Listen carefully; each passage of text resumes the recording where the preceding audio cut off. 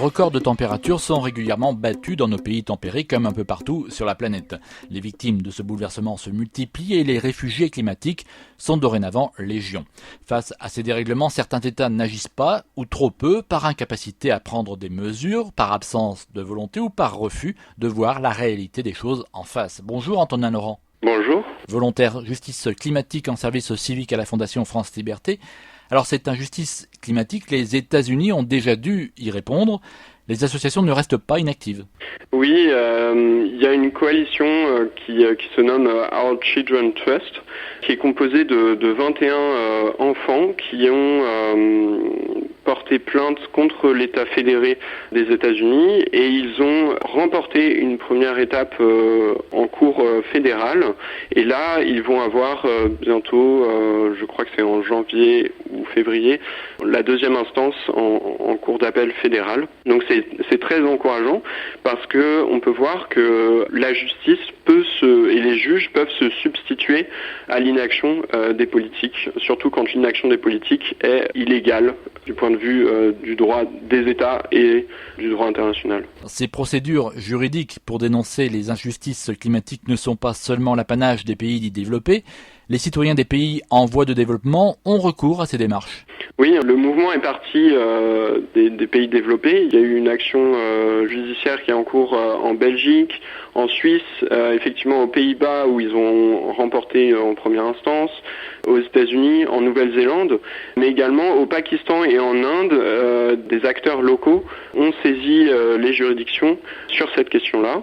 Notamment un paysan au Pakistan qui a fait condamner le Pakistan pour son inaction et la Cour suprême a enjoint l'État du Pakistan à agir davantage. Et en Inde aussi, une fille de 9 ans qui avait été victime des inondations dans sa région a saisi les juridictions pour lutter contre le réchauffement climatique. La revue Science vient de publier une étude qui laisse apparaître que si les États-Unis ne font rien, le pays va s'appauvrir et les inégalités s'aggraver.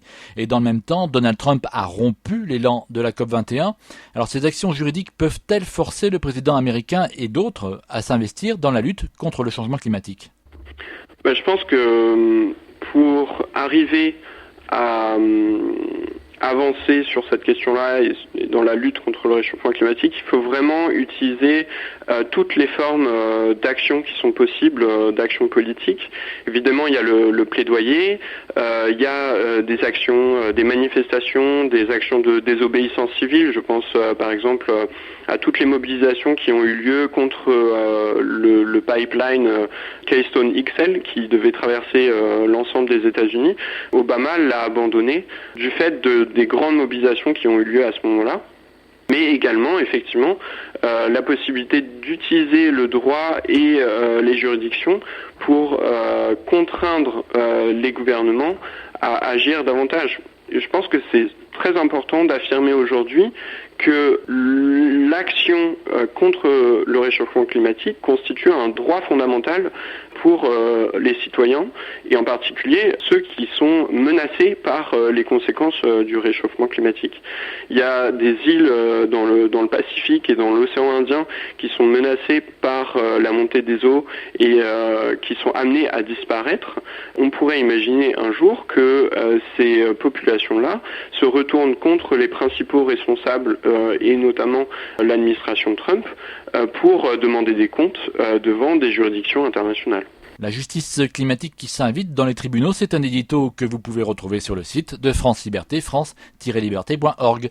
Merci Antonin Laurent. Merci. Monde solidaire à retrouver sur fréquenceterre.com. Philippe Bourri, Fréquence Terre.